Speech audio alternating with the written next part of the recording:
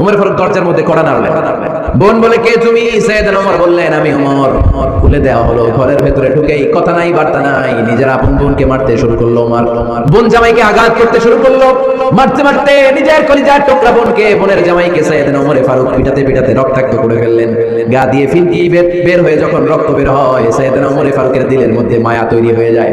সাইয়েদনা ওমর ফারুক বললেন, আমার কলিজার টুকরা বোন আর বোন জামাই, তোরা কেন মুহাম্মাদের কথায় পাগল হলি?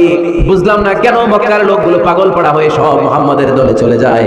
কি এমন কথা মুহাম্মদ তোদের শোনায়, কি এমন বাণী তোদের শোনায় যে বাণী শুনে সব তোরা মুহাম্মাদের দলে চলে গেলি? কি আছে মুহাম্মাদের কাছে? কি জাদুটা? কি জাদু পেলি সেখানে? আমার একটু দেখা।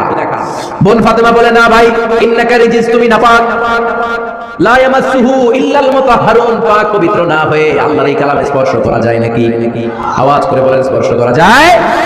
ভাই তুমি গোসল করে আসো, তাহলে তোমার হাতে তুলে দিব, তুমি পড়লেই বুঝতে